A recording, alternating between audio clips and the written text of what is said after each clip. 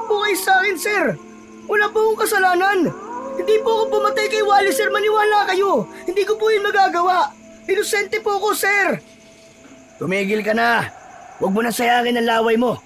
Lahat ng kriminal, sinasabi na inosente sila. Sir, nagsasabi po ako na totoo, sir. Maniwala po kayo sa akin, sir. Tama na, tama na. Sige na. Pumasok ka na sa kulungan mo.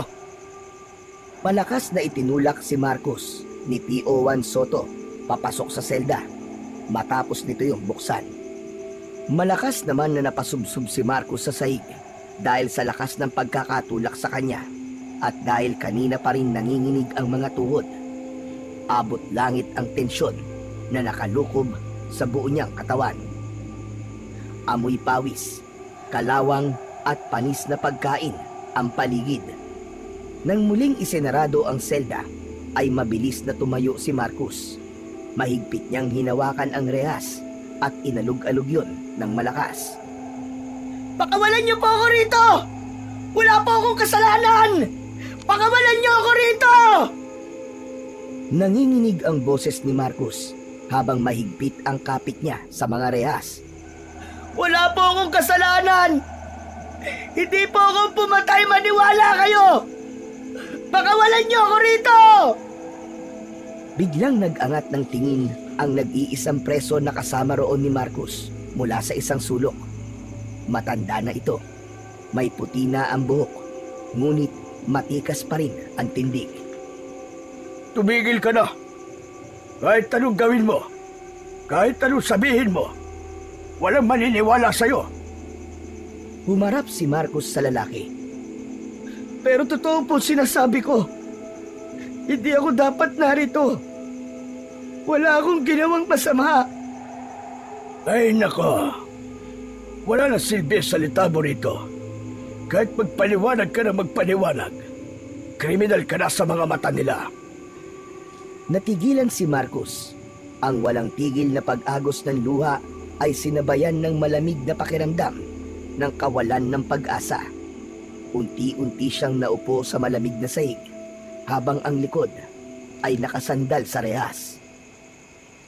Pero hindi ako dapat nandito. Wala talaga akong kasalanan. Napatulala si Marcos. Bumalik sa isip niya ang alaala ng gabing yon. Ang gabing nagpabago sa kanyang buhay.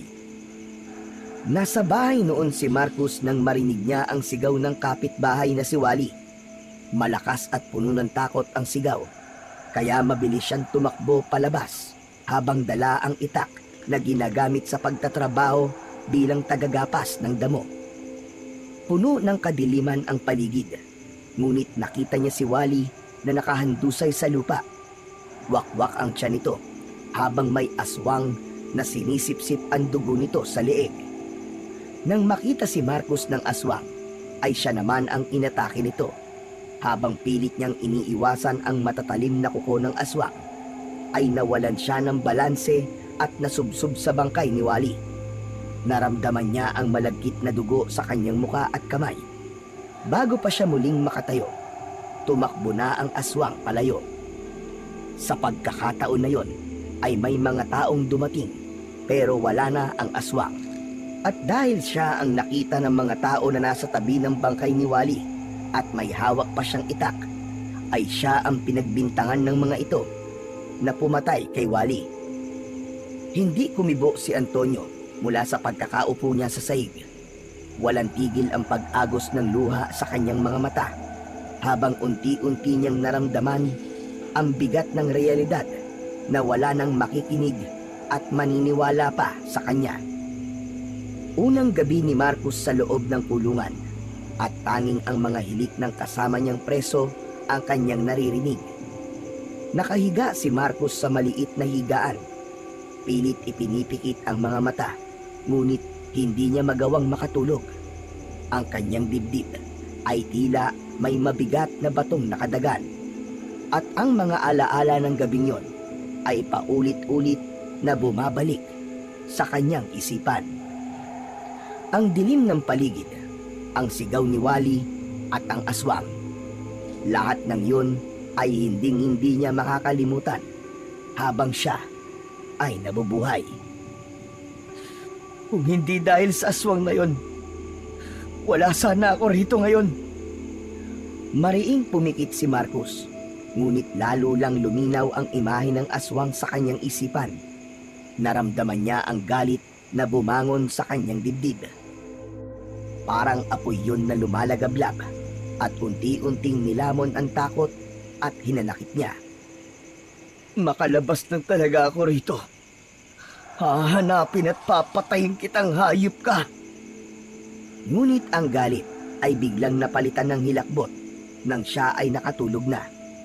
Sa kanyang panaginip, naroon siya muli sa lugar kung saan natagpuan niya ang bangkay ni Wally. Maliwanag ang buwan at naroon ang aswang. Nakaluhod at sumisipsip ng dugo mula sa bangkay. Biglang lumingon ng aswang sa kanya at mabilis siyang sinugod. Biglang nagising si Marcos nang may yumugyug sa kanyang balikat. Sa pagmulat niya ay sumalubong sa kanya ang mukha ng preso na kasama niya sa selda. Binabangungot ka! Panay ang ungol mo! Kaya ginising na kita! Napaupo si Marcos sa sulok ng higaan. Itiniklop niya ang mga tuhod at niyakap ang mga yon habang malakas na nanginginig ang buo niyang katawan. Makinig ka sa akin, bata. Hindi ko alam kung ano ang kwento mo. Ngunit, mapapahamak ka rito kung magpapadala ka sa takot mo. Kung gusto mong mabuhay, matuto kang harapin kung ano man ang kinatatakutan mo. Hindi sumagot si Marcos. Patuloy lang siyang nanginginig. Ngunit sa kanyang isipan, unti-unti nang nabubuo ang isang plano at yun ay ang patayin ng aswang na dahilan kung bakit siya nasa loob ng kulungan. Pagsapit ng tanghali ay tinawag na ang mga preso para kumain. Lumabas na si Marcos sa kanyang selda at pagdating niya sa lugar kung saan sila kumakain ay sumalubong sa kanya ang nakakabinging ingay mula sa bungguan ng mga tray, palitan ng mura at halakhakan ng mga preso. Sa dulo ng pila, tahimik na nakatayo si Marcos habang bitbit ang isang tray na may bakas ng kalawang. Nang nasa unahan na siya, ay inabot sa kanya ng bantay ang isang platong may lugaw at kapirasong tuyo. Hindi na kumibo pa si Marcos, bagkus ay umalis na siya sa pila at nagtungo sa isang sulok ng kainan. Tahimik na naupo si Marcos habang nakayuko. Nakatingin lang siya sa kanyang pagkain. Ngunit hindi pa man niya nagagalaw ang kanyang pagkain nang isang preso na may malaking katawan ang bigla na lang umagaw sa pagkain niya. Aalmasana si Marcos, pero pinanlakihan siya ng mga mata ng preso. Tila napako siya sa kinauupuan niya. Kita sa mukha ng preso ang tapang at yabang. Napansin niyang nagmamasid ang ibang preso na parang naghihintay kung lalaban ba siya o hindi. Ngunit sa huli, mas pinili na lang ni Marcos ang manahimik at yumuko. Tumatawang umalis ang presong kumuha ng pagkain ni Marcos. Pinigilan niyang maiyak ng sandaling yon kahit awang-awa na siya sa kanyang sarili. Habang tahimik na nilulunod ng emosyon si Marcos, isang lalaking nasa edad 50 anyos ang lumapit sa kanya.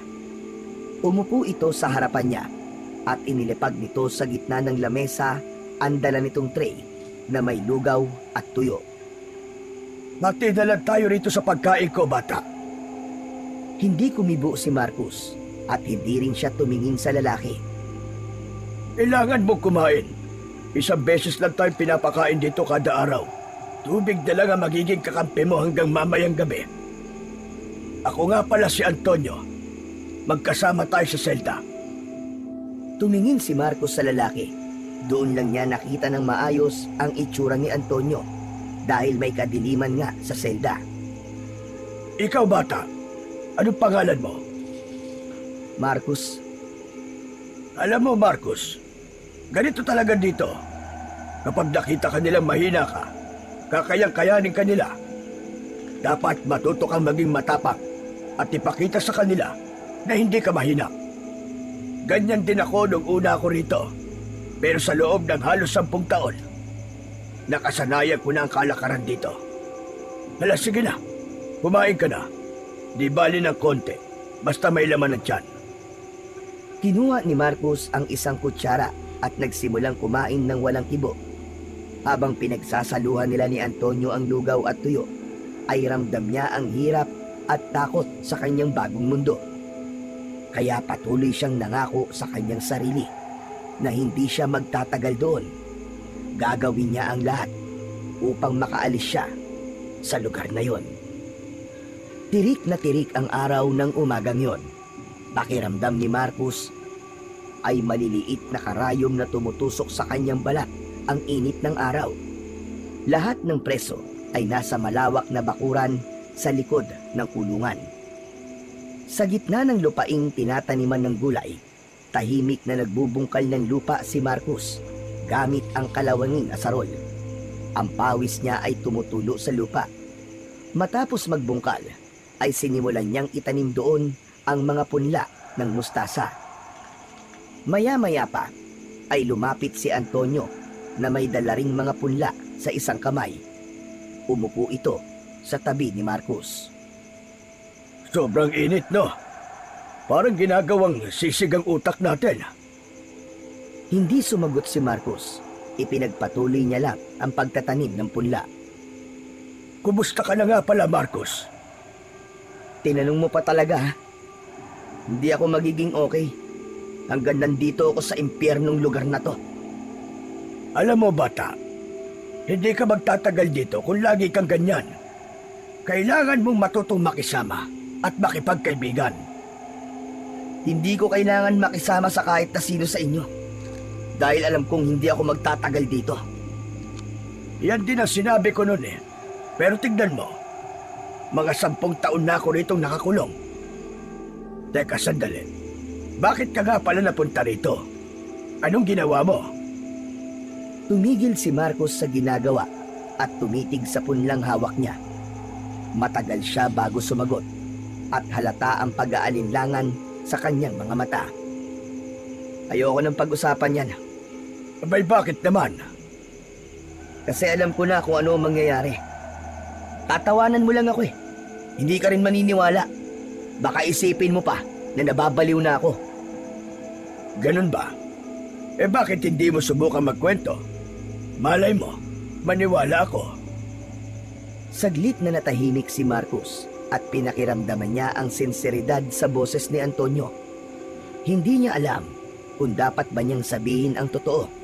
Ngunit tila bumigat ang pakiramdam niya sa bawat segundong hindi niya sinasabi ang katotohanan sa iba. Alam niya na kailangan niya yung mailabas kahit paniwalaan man siya o hindi. Narinig ko ang isang sigaw ng kapitbahay naming si Wally nung gabing yon. Agad akong tumakbo papunta sa bahay niya habang may dala akong itak. Pagdating ko ron, nakita ko siya. Isang nilalang. Hindi tao. Ang itsura niya, mahaba ang dila. Pulang-pulang mga mata. Nakakakilabot. Aswang ba? Tama ka. Aswang ang nakita ko. Inatake niya ako pero bigla siyang tumakas. Nang dumating ang ibang tao, nakita nila akong puno ng dugo at may hawak na itak. Kaya yun, inakala nila na ako ang pumatay sa kapitbahay namin. Sinabi ko naman sa kanila na aswang ang pumatay kay Wally. Pero walang naniwala sa akin ni isa. Tahimik na nakatitig si Antonio kay Marcos matapos marinig ang kwento niya. Tila nag-iisip ito ng malalim, ngunit walang sinasabi. Naging mabigat ang katahimikan sa pagitan nilang dalawa na nagdulot ng pagkairita kay Marcos. O ano? Kita mo na? Tama ako, di ba? Hindi ka naniniwala sa kwento ko. Nanatiling walang imik si Antonio at hindi nagbabago ang ekspresyon sa mukha nito. Sabi ko na nga, be, bakit pa kasi ako nagkwento sa'yo? Pareho ka lang din ng ibang tao. Iniisip mo ba ngayon na nasisiraan na ako ng ulo? Naniniwala ako sa'yo, Marcos. Hindi lang ako makapaniwala na halos pareho pala tayo ng pinagdaanan. Teka, Anong ibig mong sabihin? Sa baryo namin ay isa akong manunugis ng aswang. Lihim yun at walang ibang nakakaalam kundi ako lang. Matagal ko nang ginagawa yun. Inaalam ko kung sino ang aswang sa lugar namin. At kapag natiyak ko na isang aswang ang isang tao, ay pinapatay ko kagad. Marami na akong napatay na aswang, Marcos. Pero isang gabi, may isa akong napatay na aswang. Babae siya. Matanda na. Nang matapos ko siyang patayin, ay bigla siyang bumalik sa anyong tao.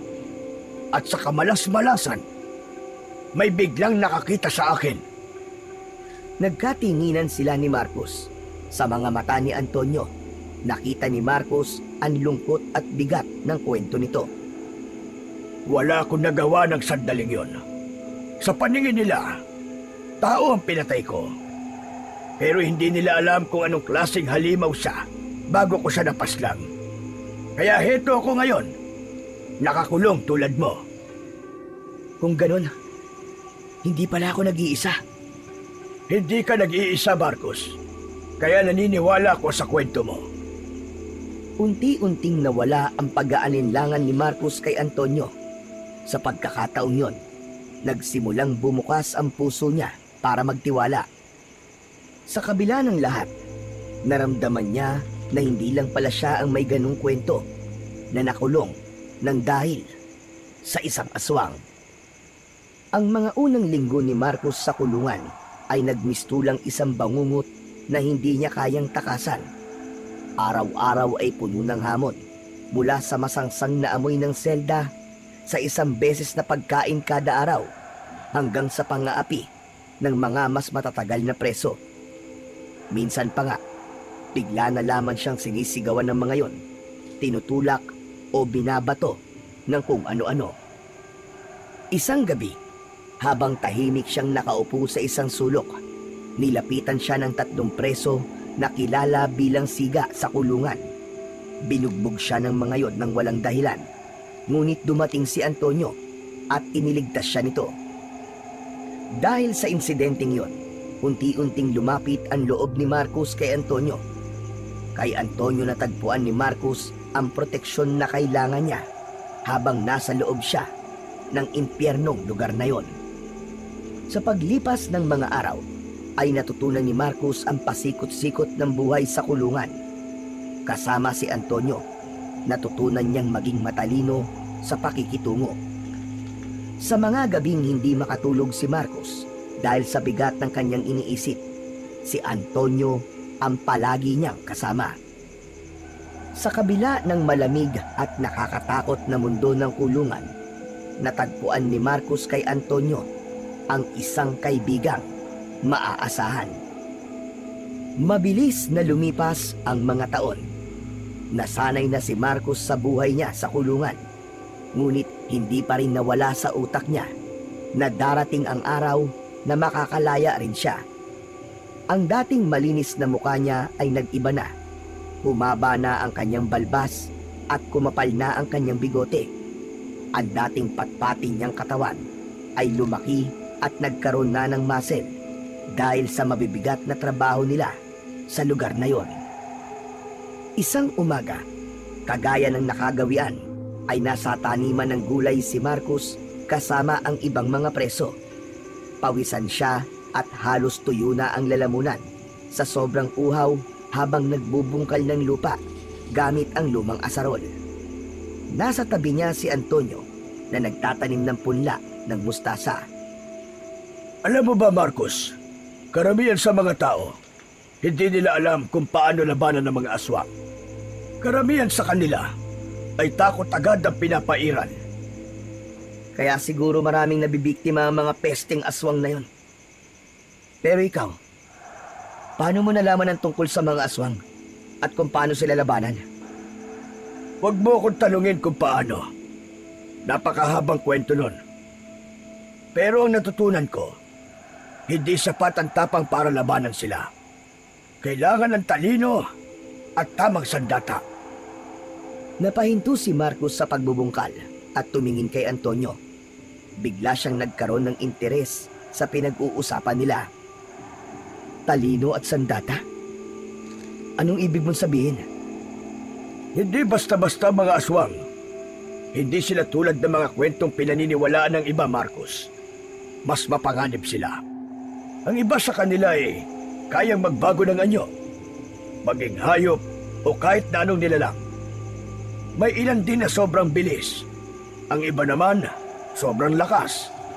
Pero lahat sila ay merong kahinaan. Kapag meron kang tamang sandata laban sa kanila, hinding-hindi sila mananalo sa iyo. Anong klaseng sandata? Banal na tubig? Aglipay na krus? Buntot ng pagi? Tama naman lahat ng sinabi mo.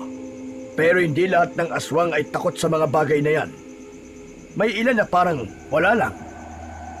Pero ito, Luminga-linga si Antonio sa paligid at tiniyak na walang nakatingin sa kanila.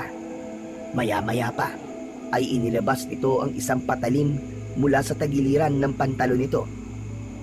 Kakaiba ang itsura ng patalim na yon sa normal na patalim. Ang hawakan nun ay kulay ginto na may kakaibang ukit. Antonio, ba't kami ganyan dito? Bawal yan ah! alam ko. Pero ito ang paborito kong sandata laban sa mga aswang. Ang asawa ko nagpuslit ito papasok dito. Alam niyang hindi ko kaya mabuhay dito nang wala ito. Sa lahat ng ginagamit ko sandata laban sa mga aswang, ito ang pinaka-epektibo. Sa kasamaang palad nga lang, hiwalay na kami ng asawa ko dahil nakahanap na siya ng iba. Kaya hindi niya na ako dinadalaw dito. Anong meron sa patalim na yan? Yan ang paborito mong sandata laban sa mga aswang? Alam mo, Marcos, gawa ito sa isang espesyal na uri ng metal. Hindi ko alam kung saan eksaktong nakuha ang materyales. Pero ang sabi ng gumawa nito, ito raw ang pinakakinatatakutan ng mga aswang. Nasubukan ko na ito na maraming beses. At lahat ng aswang na nakalaban ko gamit ang patalim na ito, walang nakaligtas ni isa. Ilang aswang na bang napatay mo gamit yan? Hindi ko na mabilang. Masyado na silang marami, Marcos. Ibinalik ni Antonio ang patalim sa loob ng pantalon nito at tumingin muli kay Marcos. Pero tandaan mo ito, Marcos. Ang sandata, kahit paggaano ka-epektibo, walang kwenta kung duwag ang may hawak. Kailangan ng lakas ng loob at higit sa lahat, paniniwala sa sarili mong kakayahan. Sana meron din ako ng tapang ng kagaya ng sayo. Nang sabihin yun ni Marcos, ay bumalik sa alaala niya ang aswang na dahilan kung bakit siya nakakulong. Muling bumangon ang galit sa dibdib niya at hindi niya napigilan ang pagsalubong ng kanyang mga kilay at pagkuyog ng kanyang mga kamao. Ano na naman ang iniisip mo, Marcos? Parang ang bigat ng dala mo. Bigla ko kasing naalala yung aswang na pumatay kay Wally. Sa tuwing naiisip ko ang hayop na yon at kung bakit ako nandito sa impyernong lugar na to, parang gusto kong sumabog sa galit. Tumigil si Antonio sa ginagawa at tumingin kay Marcos na parang naghihintay ng kasunod na sasabihin. Alam mo, Antonio, sa sandaling makalabas ako sa lugar na to, ay babalik ako sa lugar namin at pagbabayarin ko ang aswang na yon. Sisiguraduhin kong hindi na siya makakapanakit pa ng iba. Malakas ang kutob ko na hanggang sa panahong ito ay buhay pa rin siya at patuloy pa rin siya ng bibiktima ng mga inosenteng buhay. Sigurado ka bang kaya mo, Marcos? Hindi basta-basta ang pagharap sa aswang. Alam ko, pero wala na akong ibang gusto kundi ang wakasan ng kasamaan niya. Kung yan talaga ang plano mo, kailangan mo maganda. Hindi sapat ang galit para labanan ng isang aswang. Kailangan ng tamang kaalaman, tapang at sandata. Pero paano mo magagawa kung nandito ka sa kulungan? Hindi ko alam. Siguro naman ay hindi natutulog ang Diyos at gagawa siya ng paraan para makaalis ako sa lugar na ito. Muling bumalik ang dalawa sa kanilang gawain. Naramdaman ni Marcos na mas lalong naglagablab ang apoy sa kanyang dibdib. Hindi na siya ang parehong tao na dumating sa kulungan na yon. Sinisiguro niya na sa sandaling makalaya siya sa kulungan ay ang pagpatay sa aswang na yon ang unang-una niyang gagawin. Matapos ang pagbubungkal ng lupa at pagtatanim, ay pawis na pawis si Marcos habang papunta sa kanilang selda. Habang naglalakad kasama ang ibang preso, ay napansin niya na wala si Antonio sa tabi niya. Luminga siya ngunit hindi niya nakita ang kanyang kaibigan. Nagtaka siya sapagkat palagi na lamang nawawala si Antonio tuwing natatapos na ang gawain nila ngayon. Pasimple siyang humiwalay sa grupo ng mga preso upang hanapin ang kaibigang si Antonio. Bumalik siya sa taniman ng gulay at sinubukang hanapin doon si Antonio, ngunit bigo siya hanggang sa napunta siya sa dulong bahagi ng kulungan kung saan mahigpit na ipinagbabawal na puntahan ng mga preso. Napakunot ang noo niya nang may narinig siyang kakaibang tunog. Mahina yun at halos hindi maririnig kung hindi papakinggan ng mabuti. Tunog yun ng semento na tila tinitibag. Hinintay ni Marcos na marinig ulit ang ingay bago niya yon sinundan. Dahan-dahan siyang naglakad hanggang sa nakita niya si Antonio na nakaharap sa isang bahagi ng mataas na pader na nakapalibot sa buong kulungan. May hawak itong martilyo at malaking pako habang paulit-ulit na tinitibag ang pader sa maingat na paraan upang hindi makalikha ng malakas na ingay. Antonio! Nagulat si Antonio at kulang na lang ay mapatalo nito. Mabilis itong tumayo at akmang susugurin si Marcos gamit ang malaking pako at martilyo. Ngunit natigilan ito nang makita na si Marcos yon. Mabilis na lumapit si Marcos kay Antonio. Marcos, anong ginagawa mo rito? Akala ko isa ka sa mga bantay. Ikaw ang dapat kong tanungin yan. Anong ginagawa mo? Ano pa nga ba? Binubutas ko ang pader na ito. Balak kong tumakas. Bakit ka tatakas? Delikado yung binabalak mo, Antonio. Dahil ayokong mabulok dito. Wala akong ginawang masama. Hindi ko na kaya maghintay ng katarungan mula sa sistemang wala namang kwenta. Tahimik na tumitig si Marcos sa maliit na siwang sa pader na nagawa ni Antonio. May bahagyang liwanag mula sa labas na tumatagos doon. Matagal mo na bang ginagawa to? Oo, matagal na. Ilang taon ko na itong ginagawa nang walang nakakahuli sa akin dahil tinatabunan ko ng dayami ang ginagawa kong butas. Bawat pagkakataong wala sa paligid ang mga bantay, tinatrabaho ko ito. Pero hindi ko inaasahan na ikaw pala ang makakahuli sa akin. Pero, bakit hindi mo sinabi sa akin to? Akala ko ba magkaibigan tayo? Tama ka, magkaibigan nga tayo. Pero wala ka pa rito ay ginagawa ko na ito. Isa pa, natatakot ako na may makaalam dahil baka makarating pa sa mga bantay. Bakit ba gusto mong tumakas? Akala ko ba may ibang lalaki na ang asawa mo? Oo nga, pero may mga anak ako, Marcos. Kailangan nila ako. Sa kagaya ng sinabi ko, ayokong mabulok sa lugar na ito. Napaisip si Marcos. Sa kabila ng panganib at posibilidad na hindi magtagumpay ang balak ni Antonio na pagtakas, ay nakita niya sa mukha nito ang nag-uumapaw na determinasyon. Basta mag-iingat ka palagi, Antonio.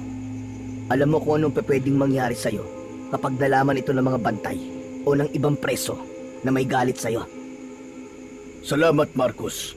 Pero sana, wala kang pagsasabihan ng ginagawa ko. Kahit na sino. Wala kang dapat na alalahanin sa akin. Hindi kita ipapahamak. Dahil kaibigan kita. Sige na, bilisan mo na dyan at sumunod ka na sa akin. Baka mahalata ng mga bantay na wala pa tayo sa loob. Tahimik na umalis si Marcos at iniwan si Antonio upang ipagpatuloy ang ginagawa nito. Habang naglalakad pabalik sa selda, ay hindi niya naiwasan ang kabahan para sa kaibigan. Taimtim siyang nagdasal na sana ay magtagumpay ito sa balak nitong pagtakas kahit alam niya na hindi yon ang tamang gawin. Kinagabihan, nakahiga na si Marcos sa loob ng selda, ngunit hindi niya magawang makatulog. Iniisip niya ang planong pagtakas ni Antonio hanggang sa sumagi sa isip niya na kung sasama siyang tumakas sa kanyang kaibigan ay makakabalik na siya sa lugar nila upang harapin ang aswang na dahilan kung bakit siya nakakulong. Sa umpisa ay nagkaroon siya ng alinlangan.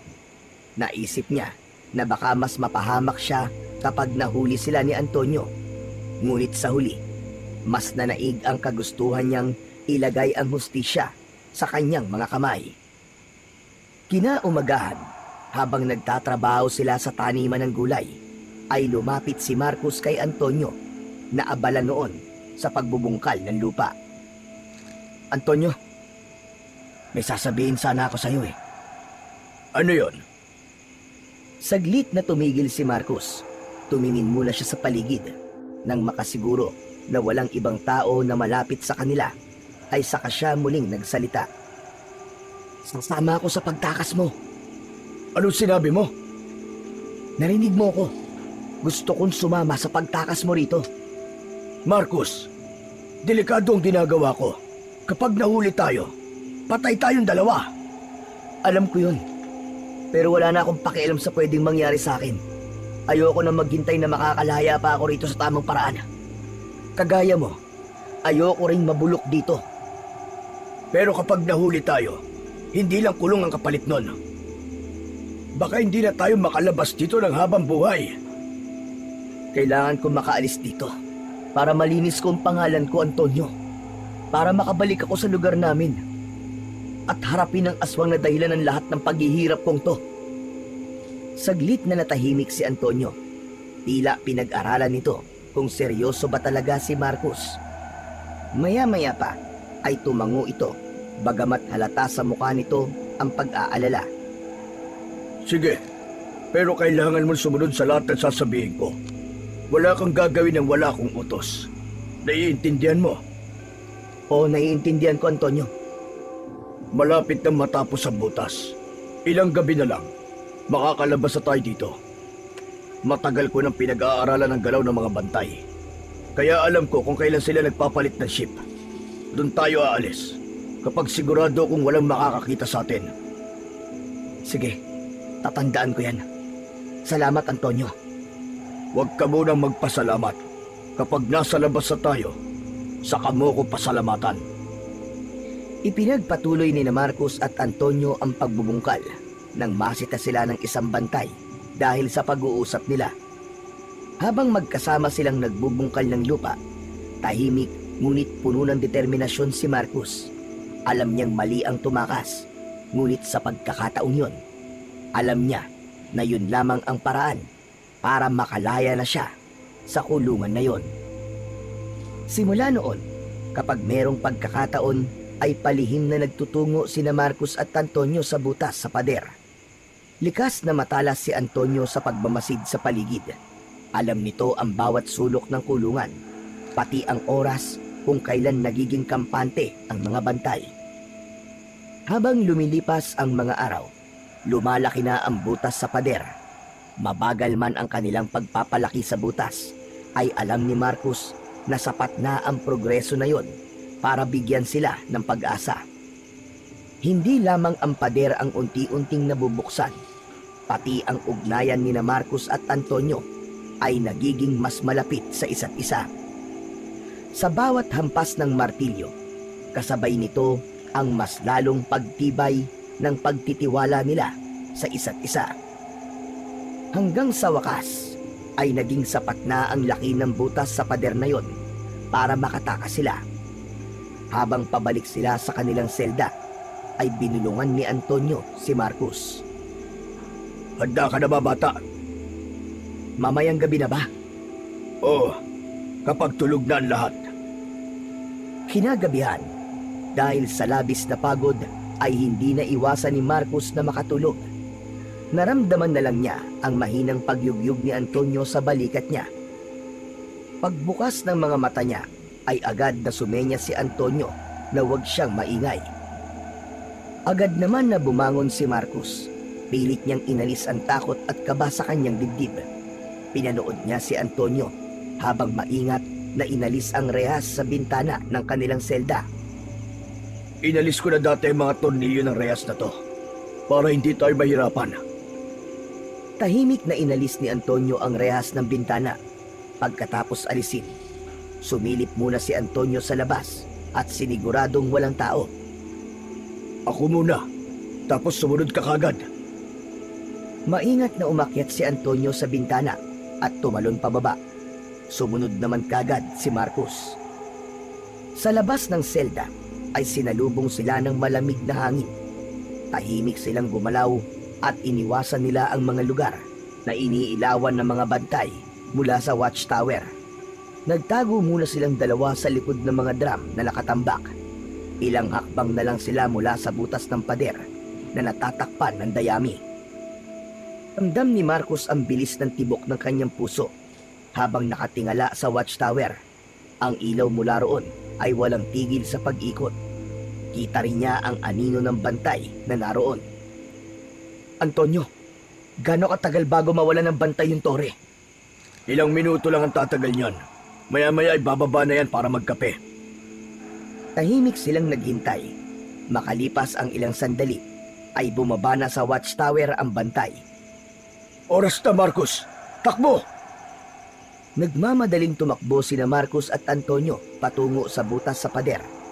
Nang makarating sila roon, ay mabilis nilang inalis ang mga dayami na nakatakip doon. Nang tumambad sa kanila ang butas sa pader, ay hindi napigilan ni Marcos ang maluha dahil abot kamay na niya ang kalayaan na ilang taon nang ipinagdamot sa kanya. Marcos, ikaw na mauna. Pero paano ka? Susunod ako. Basta bilisan mo lang. Mabilis na lumabas si Marcos sa butas. Mas malamig ang hangin sa labas ng kulungan at halos hindi makapaniwala si Marcos na nakalabas na siya. Tumayo siya saglit at huminga ng malalim. Maya-maya pa ay lumingon siya pabalik sa butas. Ngunit hindi pa man nakakagalaw si Antonio ay isang malakas na putok ng baril ang yumanig sa katahimikan ng gabi. Sinundan yun ng napakalakas na sirena na halos bumasag sa kanyang mga tenga. Antonio! Bilisan mo na! Lumabas ka na! Mabilis na sumilip si Marcos sa butas at bumilis ang tibok ng puso niya nang nakita niya ang mga pulis na papalapit sa kinaroroonan ni Antonio. Babalikan sana ni Marcos si Antonio para tulungan, pero pinigilan siya nito. Hindi! Diyan ka lang, Marcos! Huwag kang alis dyan! Biglang hinugot ni Antonio ang patalim mula sa bewang nito at itinapon yun kay Marcos. Agad yung sinalo ni Marcos. Antonio, lumabas ka na rin! Malapit na sila! Bilisan mo! Huli na ang lahat para sa akin, Marcos. Halos hindi makapagsalita si Marcos. Sa kabila ng kaba at takot, ay hindi niya kayang iwanan ang taong tumulong sa kanya mula nang makulong siya. Hindi kita iiwan, Antonio! Magkasama tayong lalabas dito! Makinig ka sa akin, Marcos. Hindi ko na kailangan ng kalayaan. Ang kailangan ko, makaganti ka. Gamitin mo ang patalim na yan upang wakasan ang buhay ng aswang na gusto mong patayin. Narinig nila ang papalapit na yabag ng mga pulis. Sige na! Umalis ka na, Marcos! Tumakbo ka na! Mula sa butas ay kitang-kita ni Marcos kung paanong tutukan ng baril ng mga pulis si Antonio. Wala nang nagawa si Marcos ng mga oras na yon, kundi tumakbo kahit labag yun sa kanyang kalooban. Nasa isip niya na hindi niya pwedeng sayangin ang pagod ni Antonio ng ilang taon upang gawin ang butas na yon. Tumatakbo si Marcos sa talahiban. Ilang beses siyang nahiwa ng matatalas na talahib, ngunit hindi niya yon ininda. Agad niyang isinuksok ang patalim na ibinigay ni Antonio sa likod ng bulsa ng kanyang suot na pantalon. Hanggang isang malakas na putok ng baril ang yumanig sa buong pagkatao ni Marcos. Isang matalim na sakit ang naramdaman niya sa kanyang balikat nang tumama ang bala ng baril doon. Napatigil siya sa pagtakbo at napahawak sa bahagi kung saan tumama ang bala. Ramdam niya ang pagtagas ng mainit na dugo sa kanyang kamay. Hindi ko pwedeng biguin si Antonio. Hindi ako maaaring sumuko. Muling nagpatuloy sa pagtakbo si Marcos. Alam niya na nakasunod sa kanya ang mga bantay sa kulungan. Naging madulas at maputik na ang lupang kanyang tinatapakan hanggang sa biglaang natapilok siya at nawala ng balanse. Dumulas siya pababa sa gilid ng talahiban. Dire-diretso siyang bumulusok paibaba hanggang sa tuluyan siyang bumagsak sa ilog na may rumaragasang tubig. Malalim ang tubig sa ilog at agad na nilamon ng tubig si Marcos. Ngunit hindi siya pinanghinaan ng loob. Habang pinipilit niyang pumaibabaw sa tubig, ay naramdaman niya ang malakas na paghampas ng kanyang ulo sa malaking bato. Unti-unting nanlabo ang paningin ni Marcos hanggang sa tuluyan na siyang niyakap ng kadiliman habang inaanod siya ng malakas na agos ng tubig sa ilog. Nagising si Marcos sa malamig at mababaw na bahagi ng ilog. Kalat na ang liwanag sa paligid at ang sikat ng araw ay bahagyang pumapasok sa kanyang muka. Napasinghap siya ng malalim. Pakiramdam niya ay binigyan siya ng ikalawang buhay ng sandaling yun. Nang tumayo siya, ay naramdaman niya ang kirot sa kaliwang balikat. Agad niyang kinapa ang bulsa sa likod ng kanyang pantalon upang alamin kung naroon pa rin ang patalim na ibinigay sa kanya ni Antonio. Nakahinga siya ng maluwag nang malaman na hindi yun nawala nang anurin siya sa ilog. Bagamat masakit ang balikat mula sa tama ng bala, ay pilit pa rin naglakad si Marcos. Hindi pa rin siya makapaniwala na naging matagumpay ang pagtakas niya. Habang naglalakad sa gilid ng ilog, ay may nakitang maliit na kubo si Marcos. Lumapit siya sa kubo at ang hinala niya ay walang tao roon. May mga nakasampay na damit sa labas ng kubo. Hindi na siya nagdalawang isip na kumuha ng kupas na t-shirt at pantalon. Kinuha na rin niya ang lumang tsinelas na nasa gilid ng kubo at isinuot niya ang lahat ng yon. Pasensya na, pero kailangan kong gawin to. Ang basang damit niya ay itinapon niya sa ilog. Masakit pa rin ang kanyang balikat, ngunit mas pinili niyang magpatuloy sa paglalakad. Naglakad si Marcos ng walang tigil sa loob ng ilang oras. Kahit pagod na siya, ay hindi siya nagpahinga. Nang makarating siya sa bayan, ay doon na siya nakaramdam ng labis na panghihina dahil sa gutom. Napansin niya ang isang basurahan. Agad siyang lumapit doon at sinuyod ang mga naroon hanggang sa makakita siya ng isang piraso ng tinapay na hindi pa ubos. Pwede na to. Lamang tiyan na rin to. Pikit matang kinagat ni Marcos ang tinapay na yon. Hindi niya na pinansin ang alikabok o dumi na nakadikit sa tinapay. Sa bawat kagat niya sa tinapay ay mas lalong nagsumidhi ang kagustuhan niyang makarating sa kanilang baryo upang harapin ang aswang. Nang maubos ni Marcos ang tinapay, ay biglang pumasok sa isip niya si Antonio, ang huling tagpo ng kaibigan niyang nakataas ang mga kamay habang nakatutok ang mga baril dito ay hindi maalis sa kanyang isipan. Antonio, hindi kita bibiguin, kaibigan. Pinapangako ko yan. Itinuloy ni Marcos ang kanyang paglalakad. Paulit-ulit niyang sinabi sa sarili na hindi siya titigil hanggat hindi niya napagbabayad ang aswang na dahilan ng kanyang pagkakakulong. Makalipas ang ilang minuto, ay nakarating si Marcos sa isang bus station.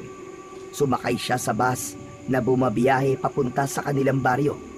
Napansin niyang halos puno na ang loob nun, ngunit may isang bakanting upuan sa may likuran. Nagmamadali siyang umupo roon bago pa siya maunahan ng iba. Sa gilid ng upuan ay may nakasingit na tiket ng bus. Kinuha niya yun at inalis ang pagkakalukot. Bago umalis ang bus, ay nag-inspeksyon muna ang konduktor para sa mga pasahero na wala pang tiket. Mabilis naman na ipinakita ni Marcos ang tiket na nakita niya sa upuan nang tumapat sa kanya ang konduktor. Dahil sa dami ng tao, ay hindi na yun masyadong tiningnan pa ng konduktor. Nang umandar na ang bus, ay tahimik lamang si Marcos na nakatingin sa labas ng bintana. Makalipas ang ilang oras, tumigil ang bus sa isang kalsadang malapit sa baryo kung saan nakatira si Marcus. Nang sumigaw ang konduktor kung merong bababa roon, ay mag-isang bumaba si Marcus. Pagbaba niya ng bus, ay nakita niya na palubog na ang araw. Ang langit ay may bahid ng kahil at pula. Naisip niya na kailangan na niyang maglakad agad upang hindi siya abutin ng dilim. Mula sa kalsada, nagsimulang maglakad si Marcus papunta sa baryo nila. Isang mahabang daan ang kailangan niyang tahakin na napapaligiran ng mga palayan at kakahuyan. Ramdam ni Marcus ang pagtagaktak ng pawis sa kanyang noo, ngunit hindi niya yon inalintana. Ang makapal niyang balbas at bigote na hindi niya pa ginugupitan sa mga taon ng kanyang pagkakakulong ay sapat na upang maitago ang kanyang pagkakakilanlan. Lumaki rin ang kanyang katawan dahil sa trabaho sa kulungan, dahilan upang magmukha siyang ibang tao sa mata ng mga nakakakilala sa kanya. Sa bawat hakbang ni Marcus, nararamdaman niya ang bigat ng patalim sa kanyang bulsa na tila maging yun ay sumisigaw na upang magamit niya. Ang dilim ay unti-unti nang bumalot sa paligid ng sandaling yun. Sa wakas, makalipas lang ang ilang oras na paglalakad, ay nakarating na rin si Marcus sa kanilang baryo. Inabot na siya ng dilim. Napansin niyang parang hindi nagbago ang lugar. Ngunit sa kabila ng pamilyar na tanawin, alam niyang hindi na siya maaaring bumalik sa dati niyang buhay sa lugar na yon. Ang una niyang naisip ay si Dante, ang matalik niyang kaibigan. Kung may tao siyang matatakbuhan, ay si Dante yon. Alam niyang tapat si Dante sa kanya at maaasahan niya ito. Nagsimulang maglakad si Marcus patungo sa bahay ni Dante na nasa dulo ng baryo. Habang naglalakad sa makipot na daan, napansin niyang kakaiba ang ihip ng hangin. Sa una, malamig yun. Ngunit unti-unti yung naging maalinsangan. Bumigat ang paligid at ramdam niya ang kakaibang presensya. Tumigil si Marcus at inikot ang kanyang paningin. Sino nandyan? Wala siyang nakitang tao, ngunit naramdaman niya ang biglang pagbilis ng tibok ng kanyang puso. Maya-maya pa, isang malakas na hangin ang dumaan sa likod niya at biglang sumulpot ang isang anino mula sa kadiliman. Isang aswang ang lumitaw na may mahahabang kuko, matalim na ngipin at mapulang mga mata. Ikaw ang aswang na pumatay kay Wally! Hinding-hindi kita pwedeng makalimutang hayop ka! Sinubukan siyang sugurin ng aswang, ngunit lahat ng ginawa nitong pag-atake ay matagumpay na naiwasan ni Marcus. Hinugot niya ang patalim mula sa kanyang bulsa at iniumang yon sa aswang. Agad niyang nakita ang takot sa mukha ng aswang pagkakita sa patalim niya. Doon niya nalaman na totoo ang sinabi ni Antonio na kinatatakutan ng mga aswang ang patalim na yon. Umatras ang aswang. Tumakbo naman si Marcus pasugod dito, ngunit bago pa siya makalapit ay biglang tumakbo ang aswang palayo. Hindi na nag-aksaya ng oras si Marcus. Hinabol niya ang aswang habang mahigpit niyang hawak ang patalim. Bumalik ka rito! Harapin mo ako! Ngunit napakabilis ng aswang. Tumalon ito sa isang makapal na halamanan at mula roon ay tuluyan na itong naglaho. Huminto si Marcus sa paghabol sa aswang. Habol niya ang kanyang paghinga. Tumigil si Marcus, hingal na hingal. Matalim siyang nakatingin sa direksyon kung saan nawala ang aswang. Mas humigpit ang hawak niya sa patalim at naramdaman niya ang kakaibang init nun sa kanyang palad. Alam niyang ang patalim ang dahilan kung bakit natakot ang aswang. Duwag kang hayop ka, pero magkikita pa rin tayo. At sa susunod, titiyakin ko na hindi ka na makakatakas at papatayin kita. Binalikan niya ang daan patungo sa bahay ni Dante. Alam niyang kailangan niyang maghanda dahil simula pa lang yon ng mas malaki niyang laban. Pagkalipas ng ilang minuto, ay narating na ni Marcos ang maliit na kubo ni Dante sa dulo ng baryo. Lumapit siya sa binto at marahang kumatok. Nakarinig siya ng kaluskos sa loob nun at maya-maya pa, bumukas ang pinto. Bumungad sa kanya si Dante na agad na napakunot ang noo nang makita siya. Sino ka? Anong kailangan mo sa akin ng ganitong oras? Dante, hindi mo ba ako nakikilala? Ako to, si Marcos. Natigilan si Dante na para bang inisip nito kung nagsasabi siya ng totoo o hindi. Ngunit nang mapagmasdan siya nito ng mabuti, ay biglang nagliwanag ang mukha nito. Marcos! Hindi maaari! Ikaw ba talaga yan? Oo, ako nga to. Halika! Pasok ka, pare! Pinatuloy ni Dante si Marcos sa loob ng kubo. Naupo si Marcos habang si Dante naman ay nanatiling nakatayo sa kanyang harapan. Kailan kayo lumaya, pare? Bakit hindi mo ko sinabihan? Hindi ako lumaya, Dante. Tumakas ako. Ano? Tumakas ka? Diyos ko, Marcos! Alam mo ba delikado yung ginawa mo? Pinapalit po mundo mo, pare!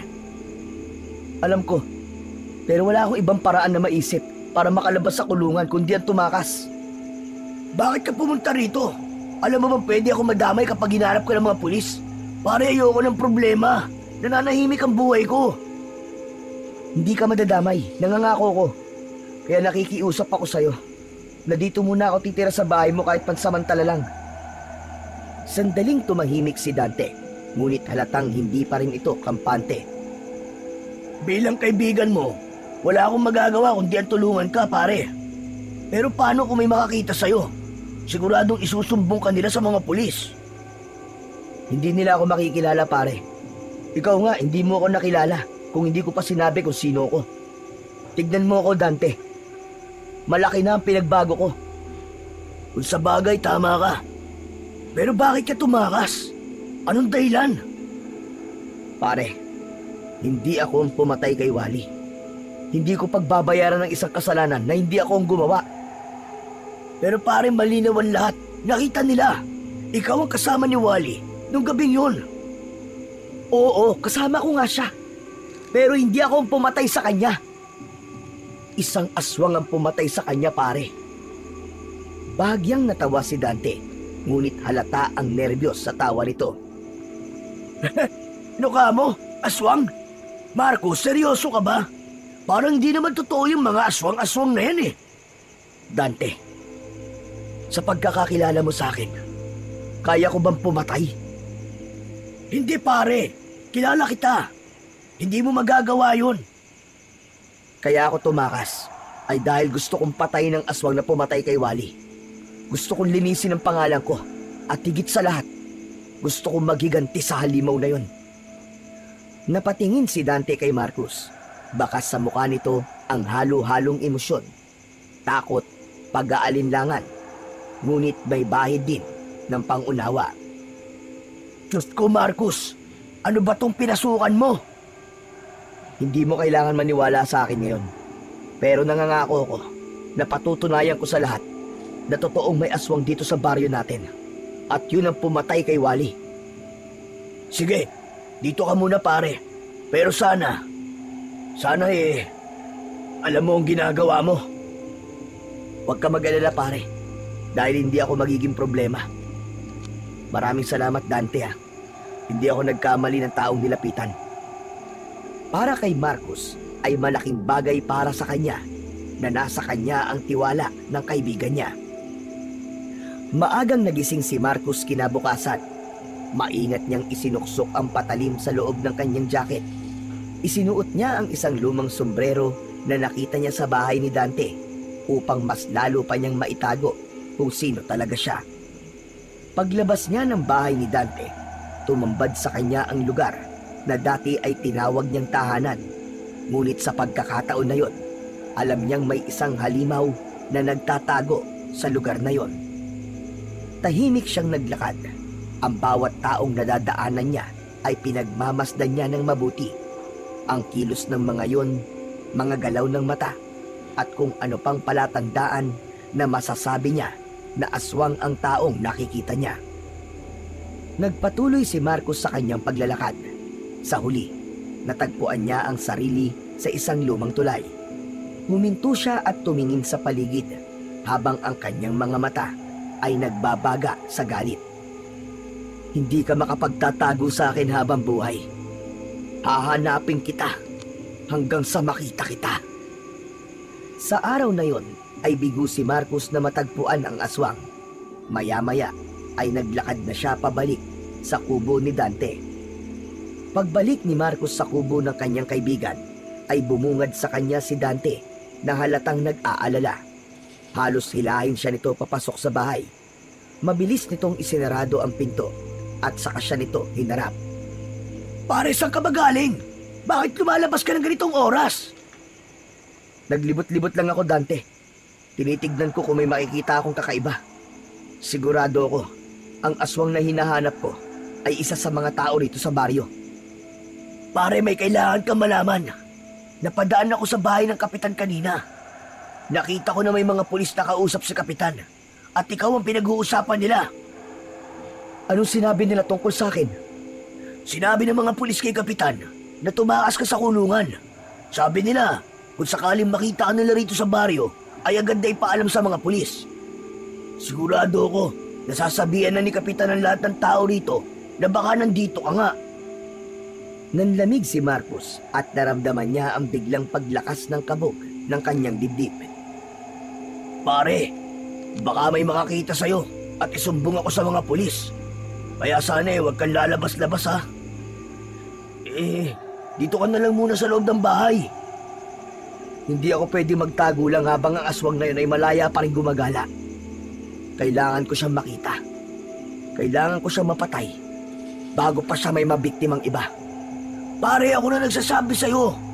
Walang aswang dito sa baryo natin. Kung meron man pare, bakit wala namang sumunod? Wala nang pinatay si Wally. Kung nakita mo lang sana ang aswang na yun ng gabing pinatay niya si Wally, sigurado ako na hindi ganyan nasasabihin mo, Dante. Kaya hindi ako titigil hanggat di ako nakakasiguro na patay na ang halimaw na yun. Pero Marcos, paano kung mahuli ka ng mga pulis? Paano kung mapahamak ka? Isipin mo nga yun. Ito ang tandaan mo, Dante. Hindi ako papayag na mahuli ng mga pulis hanggat hindi ko napapatay ang aswang na yun. Tumalikod si Marcos at dumungaw sa bintana. Alam niya na nag-aalala lang ang kaibigan niya para sa kanya. Pero hindi niya pwedeng sundin ang nais nito na manatili siya sa loob ng bahay. Naisip niya na kung hindi siya maaaring lumabas sa umaga, ay sa gabi niya gagawin ang paghahanap sa aswang.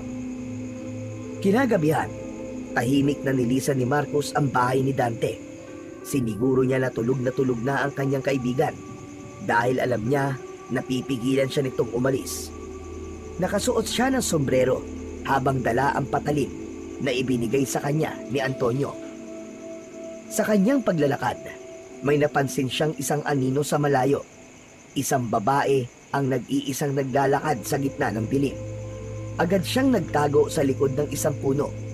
Nang makalampas ang babae, ay saka lang siya lumabas. Maglalakad na sanang muli si Marcos nang marinig niya ang pagsigaw ng babae. Nang lingunin niya ito, ay nakita niya ang aswang na nasa harapan ng babae na takot na takot. Hindi na nagdalawang isip si Marcos na sumugod sa direksyon ng babae. Hinila niya ang babae palayo sa aswang at siya ang humarap dito. Agad na sumugod ang aswang kay Marcos, ngunit mabilis niyang naiwasan ang mga pag-atake nito. Nagpalitan sila ng pag-atake. Ang patalim ni Marcos laban sa mahabang kuko ng aswang. Hanggang sa nakahanap si Marcos ng pagkakataong saksakin ng aswang sa balikat. Malakas na umungol ang aswang. Naramdaman niya ang panghihina ng aswang nang bumaon ang patalim sa katawan nito. Itinulak ng aswang si Marcos na naging sanhi upang mapaupo siya sa lupa. Bago pa man makatayo si Marcos, ay mabilis nang tumakbo ang aswang palayo. Sinubukan niya yung habulin, ngunit mabilis yung nawala sa kanyang paningin. Hingal na bumalik si Marcos sa babae. Nakaupo ito sa lupa habang nanginginig sa takot. Tinulungan niya itong makatayo at mangyak-ngiyak itong nagpasalamat sa kanya. Tumalilis si Marcos palayo nang hindi nagsasalita. Muli niyang tinahak ang direksyon na pinuntahan ng aswang upang magbakasakali na makita niya yon. Ngunit ng gabing yon ay bigo pa rin siyang bumalik sa bahay ni Dante. Kinaumagahan, ginising ni Dante si Marcos para kumain ng almusal. Nang dumulog siya sa hapagkainan, ay meron dong sinangag, pritong itlog at daing na bangus. Hindi rin nawala ang mainit na kape. Naging magana sa pagkain si Marcos ng umagang yon. Salamat sa pagkain, Dante. Alam mo ba, na walang ganito doon sa kulungan. Madalas ay lugaw ang kinakain namin doon tapos isang beses na kami kumakain sa isang araw. Bukod pa doon, maghapon kami pinagbubungkal ng lupa at pinagtatanim ng mga gulay. Grabe pala ang naranasan mo doon, pare. Siguro, kung ako nandun, ay mas gugustuhin ko rin tumakas. Pero hayaan mo, habang nandito ka, ay makakakain ka ng masasarap na pagkain. Sa gitna ng pag-uusap ng magkaibigan, ay narinig nila ang malakas na usapan ng mga nanay sa labas. Ayon sa isang nanay, ay ipinagkakalat ng isang babae na ang pangalan ay Erica, na muntik na itong atakihin ng isang aswang noong nakaraang gabi. At may isang hindi kilalang lalaki ang nagligtas dito. Sabi naman ng isang nanay ay huwag maniwala sa kwento ni Erica dahil kilala yung marites o sinungaling at mahilig gumawa ng kwento upang mapag-usapan ito. Nagtama naman ang mga mata ni Marcos at Dante. Siguro naman narinig mo ang pinag-uusapan nila sa labas, Dante. Sabi ko na sa'yo totoo ang aswang, pare. Alam mo ba, na ako ang tumulong dun sa babae na muntik ng patayin ng aswang? Ibig sabihin, pare, lumabas ka kagabi? Hindi ba sabi ko sa'yo dito ka lang muna sa loob ng bahay? Pambihira ka naman, oo. Kung hindi ako lumabas, pare, malamang patay nang matatagpuan yung babaeng yan. Sayang nga nasaksak ko na yung aswang, pero nakatakas pa rin. Kung ganon, naniniwala na akong merong ang aswang dito sa baryo natin. Pero pare, paano mo lalabanan ng aswang? Tumayo si Marcos at kinuha sa ilalim ng kanyang unan ang patalim. Inilapag niya yon sa lamesa. Ito ang gagamitin ko para patayin ang aswang na yon. Kamu naman nakuha to, pare? Sa isang kaibigan ko sa kulungan. Sinabi niya sa akin na mabisang sandata yan laban sa mga aswang. Pare, sigurado ka ba sa plano mo? Baka mapahamak ka lang. Wala na akong pakialam kung mapahamak man ako, Dante. Kailangan kong linisin ang pangalan ko. At ang tanging paraan para magawa ko yon ay patayin ang aswang na pumatay kay Wally. Kailangan kong patunayan sa lahat na meron talagang aswang dito. Hindi na muling nagsalita pa si Dante. Tahimik nilang tinapos ang kanilang almusal habang si Marcos naman ay nag-iisip ng kanyang susunod na hakbang. Gabi-gabing umaalis si Marcos sa bahay ni Dante at palagi niyang dala ang patalim na ibinigay sa kanya ni Antonio. Sinusuong niya ang bawat sulok ng baryo upang hanapin ang nasabing aswang. Palagi siyang umaasa na muli niya yung makakaharap. Ngunit ilang gabi na niyang hindi nakikita ang aswang. Tila alam nito na hinahanap niya ito, kaya nakaramdam siya na nagtatago ang aswang sa kanya. Hanggang isang umaga, nagising si Marcos sa balita na may natagpo ang bangkay sa baryo. Isang matandang lalaki ang natagpuan sa labas ng kanyang kubo. Ang katawan nito ay puno ng kagat at wala na ang mga laman loob. Nabalot ng takot ang buong baryo dahil sa pangyayaring yon. Nang sumunod na umaga, isa na namang balita ang gumulat sa baryo. Isang dalagitang magbubukid ang natagpuan sa gitna ng palayan na walang buhay. At tulad ng unang biktima, wala na rin ang lamang loob nito. Ang takot ay lalong kumalat sa baryo at maging si Marcos ay nakaramdam ng takot dahil naging sunod-sunod na ang patayan sa kanilang baryo. Alam ni Marcos na nasa paligid lamang ang aswang. Nagtatago ito sa dilim at nag-aabang ng susunod nitong biktima. Ngunit sa bawat gabi ng kanyang paghahanap, tila mas lalong naging tuso ang aswang. Ganun pa man, mas lalong lumakas ang determinasyon niya na tapusin na ang kasamaan ng aswang na yon dahil sa magkakasunod na patayan. Isang hapon, mag-isa si Marcos sa kubo ni Dante. Wala si Dante noong mga oras na yon dahil nagtungo ito sa palengke. Nakaupo si Marcos habang matiim na pinagmamasdan ang bawat detalye ng patalim na panlaban niya sa aswang. Maya-maya pa ay dumating na si Dante mula sa palengke. Puno ang bayong nito ng mga gulay, karne at ilang prutas. Ibinaba ni Dante ang mga dala nito sa maliit na mesa at saka umupo nang may bakas ng pag-aalala sa muka sa tabi ni Marcos. Ay masamang balita, Marcos. Ano yun? Narinig ko ang usap-usapan ng mga tao sa palengke na ikaw daw may gawa ng pagpatay doon sa matandang lalaki at sa dalagitang magbubukid. Ano? Bakit ako? Kumalat na kasi dito sa baryo na nakatakas ka mula sa kulungan. At ang sabi nila, yung klase ng pagpatay kay Wally noon, parehong-pareho daw sa ginawa sa mga bagong biktima. Tumayo si Marcos at naglakad papunta sa bintana. Mariin niyang naikuyom ang kanyang mga kamay. Dante, alam mo na hindi ako ang pumatay sa kanila. Alam mo na aswang ang may gawa nun. Oo nga pare, alam ko yun. Pero hindi natin kontrol kung ano ang iniisip ng mga tao. Pinaniniwalaan nila ang gusto nilang paniwalaan. Kaya mas lalo kong kailangan mahanap ang aswang na yun. Kailangan ko na siyang mapatay bago pa siya may muling patayin. Pero pare, paano kung... Kapag nadagdagan pa ang biktima at sa akin pa rin ang sisi, mas lalo lang masisira ang pangalan ko.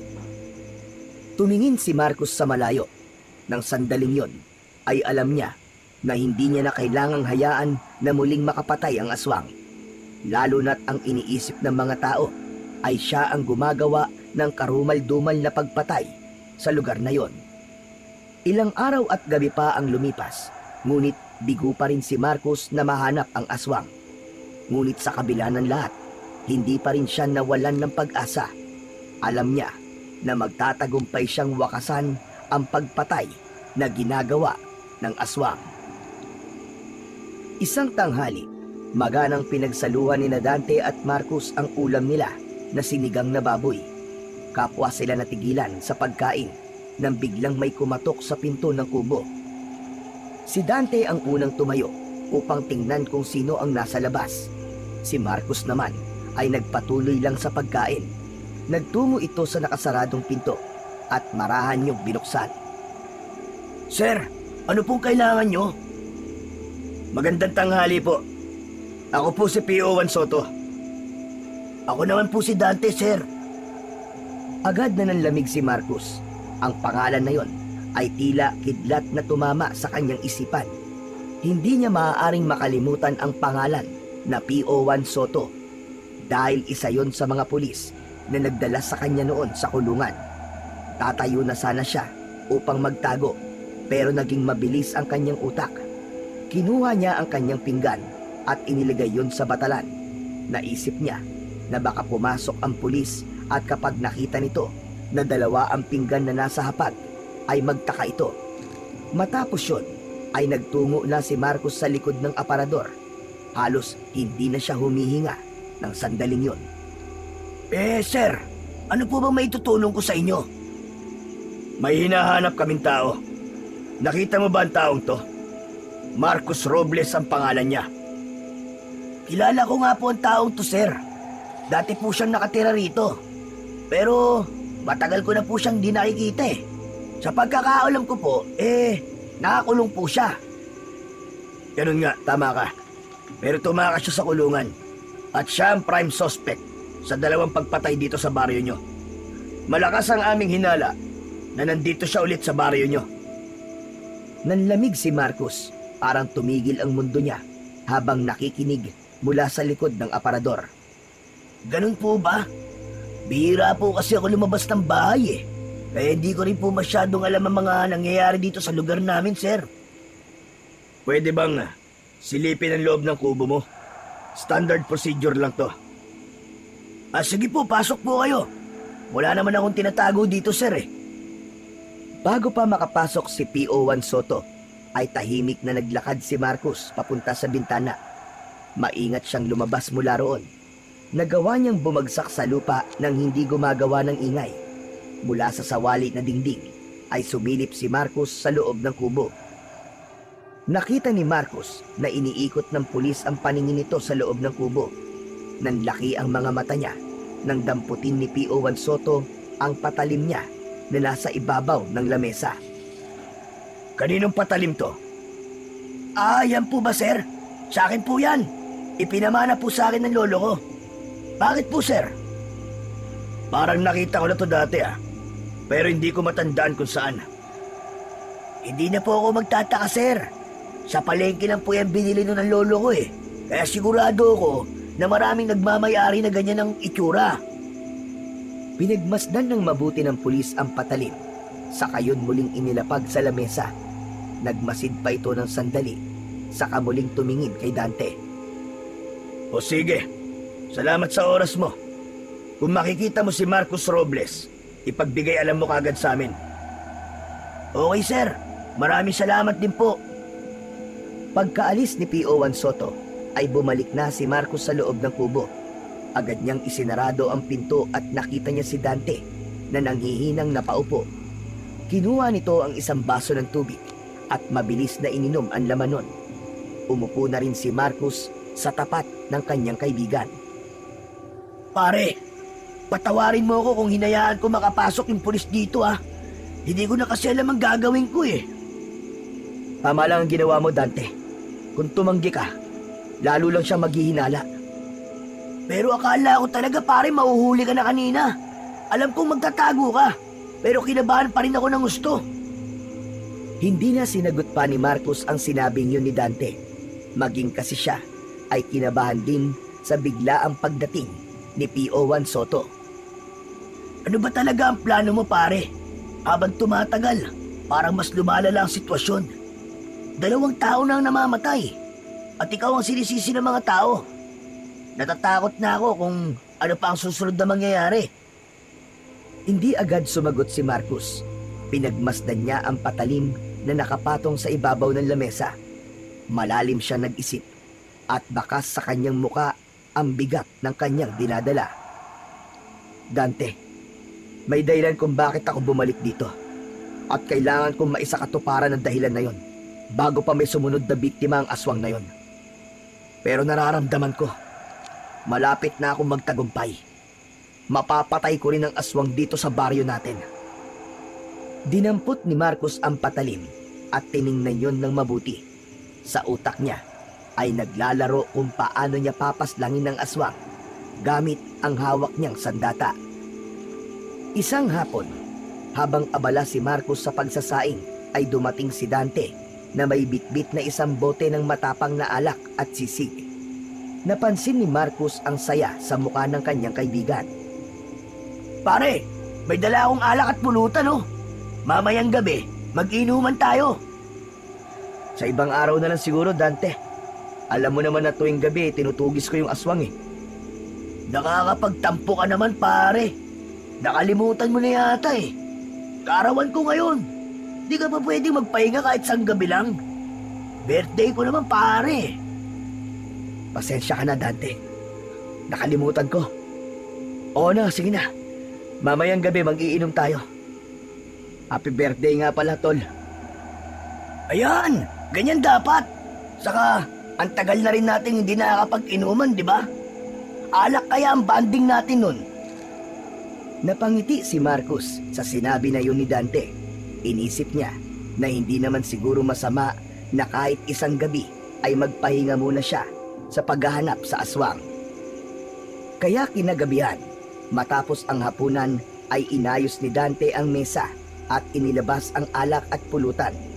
Agad na nilagyan ni Dante ng alak ang kani-kanilang shot glass.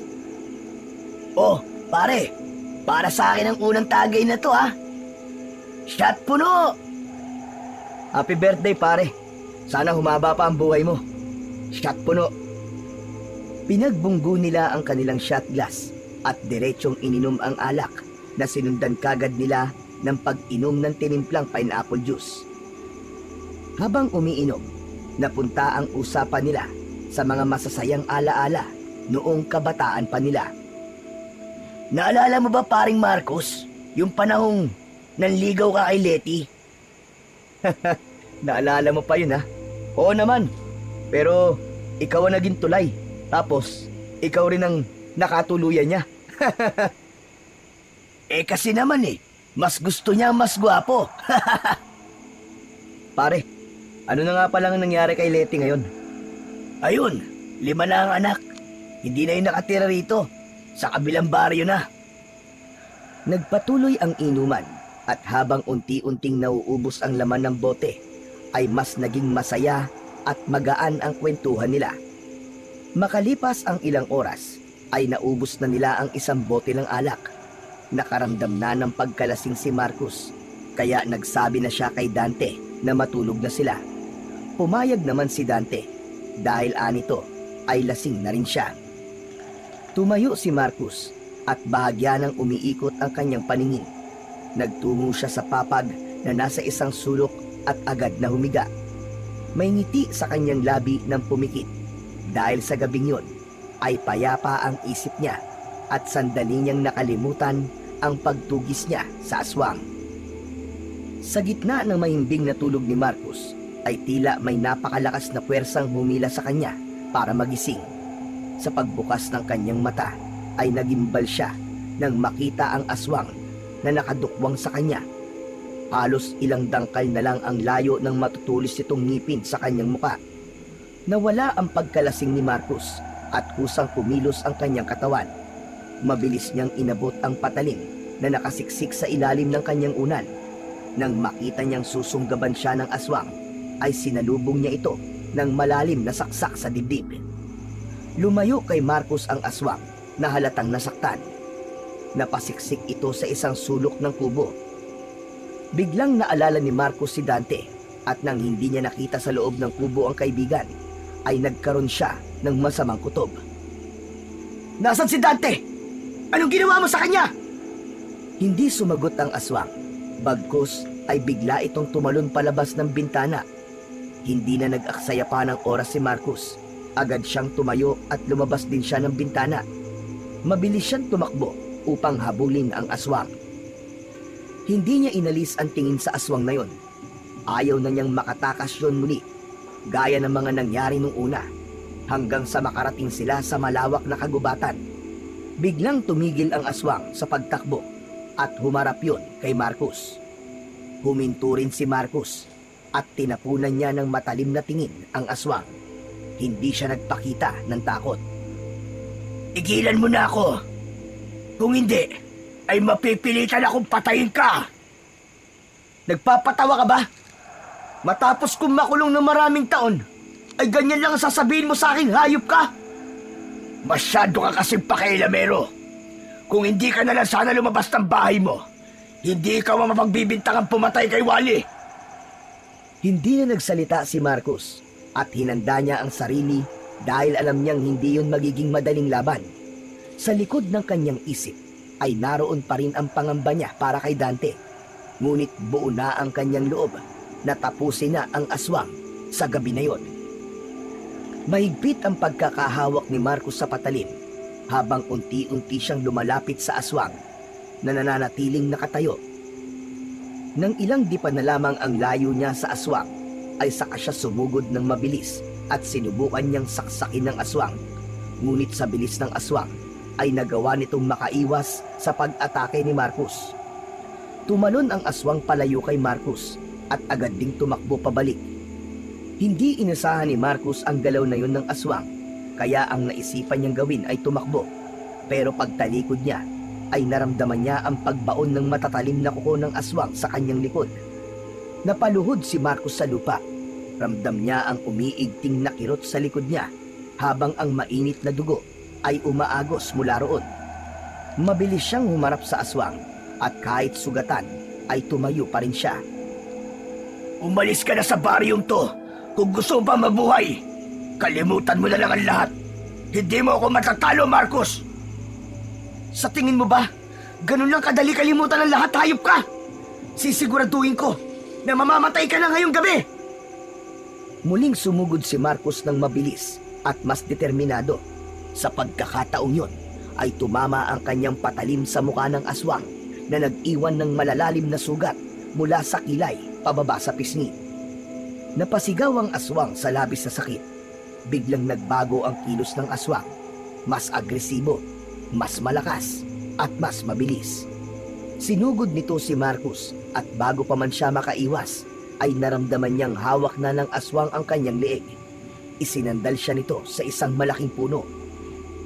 Naramdaman ni Marcos ang higpit ng pagkakasakal ng aswang sa kanyang leeg habang itinataas siya nito mula sa lupa. Habang tumatagal, ay pahigpit ng pahigpit ang pagkakasakal ng aswang kay Marcos. Ngunit hindi pa rin siya nawalan ng pag-asa. Kahit pakiramdam niya, ay mawawala na siya ng ulirat ng sandaling yon. Hindi ko intensyon na pumatay ng kahit na sino nung bumalik ka sa baryong to, Marcos. Ginawa ko lang yon para muli kang paghinalaan ng mga tao. Gusto ko lang na umalis ka na rito. Biglang pumailan lang ang dalawang magkakasunod na putok ng baril. Nanlaki ang mata ng aswang at naramdaman ni Marcos ang pagbitiw nito sa kanyang leeg. Muling tumapak ang mga paa niya sa lupa. Hindi na nag-aksaya pa ng oras si Marcos at nilaslas niya ang leeg ng aswang gamit ang patalim. Sumirit ang dugo nito at padapa itong bumagsak sa lupa. Doon niya nakita ang dalawang tama ng bala ng baril sa likod ng aswang. Hanggang sa nakita ni Marcos si PO1 Soto na may hawak na baril at naglalakad palapit sa kanya. Nakaramdam ng kaba si Marcos at inisip niya na tumakas sa pulis, pero tila may kung anong pumigil sa kanya para gawin niya yon. Bakit mo ako tinulungan?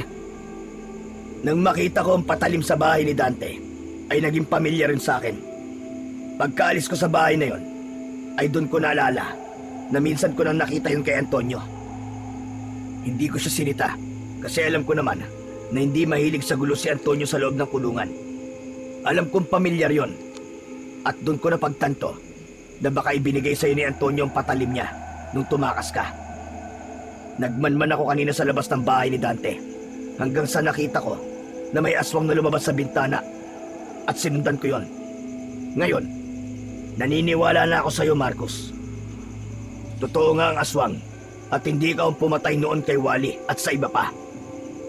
Sa gitna ng pagsasalita ni PO1 Soto, ay napansin nila na unti-unting nagbago ang anyo ng nakadapang aswang hanggang sa tuluyan na yung bumalik sa pagiging tao. Sa wakas, malalaman na natin kung sino ang hayop na aswang na to. Lumapit si Marcos sa katawan at itinihaya niya yon upang makita nila kung sino yon. Ganun na lang ang pagkagimbal niya nang makita ang muka ng aswang. Dante? Hindi! Hindi! Hindi maaari! Dante! Bakit? Dante! Agad na niyakap ni Marcos ang walang buhay na katawan ni Dante habang walang tigil ang pagdaloy ng kanyang mga luha. Patawarin mo ako, Tol! Hindi ko alam! Hindi ko alam! Sa puntong yun, tila biglang lumiwanag ang lahat ng mga tanong sa isipan ni Marcos. Ang babala ng aswang na umalis siya, ang mga pagtatangkang takutin siya upang iwan ang baryo. Lahat ng yun ay dahil ayaw siyang saktan ni Dante. Lumapit si PO1 Soto kay Marcos nang bahagyang humupa ang kanyang emosyon at tinapik siya nito sa balikat. Marcos, kahit alam kong inosente ka, pero kailangan mo pa rin bumalik sa kulungan. Kung inosente ako, bakit kailangan ko pang bumalik sa kulungan? Kailangan nating sundin ang tamang proseso. Alam kong hindi ka nagkasala, ngunit may sistema tayong kailangan respetuhin. May kapatid akong abogado at mahusay siya. Kakausapin ko siya para tulungan ka. At nangangako ko, Marcos, titestigo ko para patunayan na wala kang kasalanan. Tahimik na tumango si Marcos. Pinunasan niya ang kanyang mga luha at hinawakan ang malamig na kamay ni Dante sa huling pagkakataon. Patawad, Dante. Sana, sa kabila ng lahat ng to, mahanap mo ang kapayapaan. Tahimik na nanatili si P.O. Juan Soto sa tabi ni Marcos at hinayaan lang siya nitong ipagluksa ang kamatayan ng kanyang matalik na kaibigan sa sarili niyang mga kamay. Agad na ibinalik ni P.O. Juan Soto si Marcos sa kulungan kasama ang bigat ng kanyang konsensya at ang alaala ng pagkakaibigang nasira dahil sa isang malupit na katotohanan. Sa kulungan ay muling nagkita sina Marcos at Antonio. Doon ay sinabi ni Marcos ang buong pangyayari, kung paano niya napatay ang aswang at kung paano niya nalaman na ang nilalang na yun ay ang matalik niyang kaibigang si Dante. Malungkot si Antonio sa narinig, ngunit nagbigay ito ng lakas ng loob kay Marcos na magpatuloy at harapin ang bukas. Sa tulong ng abogadong kapatid ni P.O. Juan Soto, muling binuksan ang kaso ni Marcos. Sa mga testimonya at mga ebidensyang nakalap, ay nagpatunay na walang sala si Marcos. Pagkalipas lamang ng ilang buwan, tuluyan nang nakalaya sa kulungan si Marcos. At 1 taon lang ang lumipas, ay si Antonio naman ang pinalaya sa kulungan. Nagpasya ang dalawa na talikuran ang kanilang nakaraan at magsimula ng panibagong buhay. Lumipat sila sa isang lugar na walang nakakakilala sa kanila. Dala ang pag-asang maitatama nila ang kanilang mga pagkakamali at muling makakahanap ng katahimikan at kapayapaan.